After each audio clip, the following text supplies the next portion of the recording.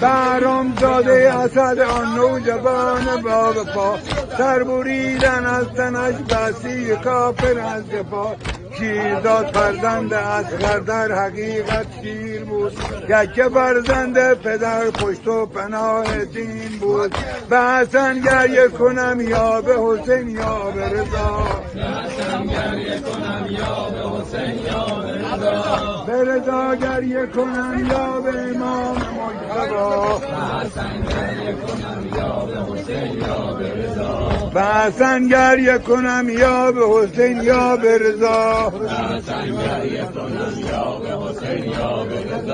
میکنم من بس به روی مسجد گلگون کفن، کشته ی راه خدا و تشنه لب دور از وطن. مادر ازدار شمی دایم بود در شورشین، گاه میگوید خمینی گاه مسعود که حسین. به حسن گریه کنم یا به حسین یا به رضا، به حسن گریه کنم یا به حسین یا به رضا، به رضا گریه کنم یا به امام مجتبی،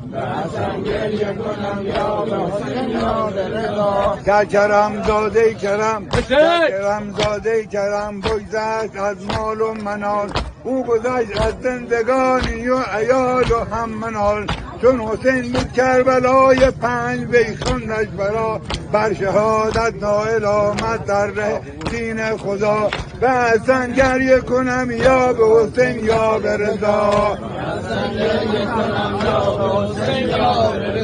به حسن گریه کنم یا به حسین یا به رضا، حسن گریه کنم یا به حسین یا به رضا،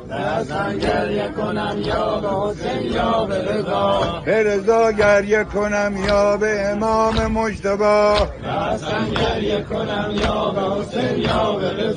محمد و فرهاد رفتن دو کوی خوش ندا، محمد و فرهاد رفتن دو کوی خوش ندا. تا کنن خوشنود از خود خامسه آل عبا، برگ سبزی باشدم تقدیم به جمع شهدا. تا که گیرم عیر خود نزد شهید کربلا، برگشا کام زبان تا که تو داری حرکات. دم به دم بر گل رخسار محمد صلوات.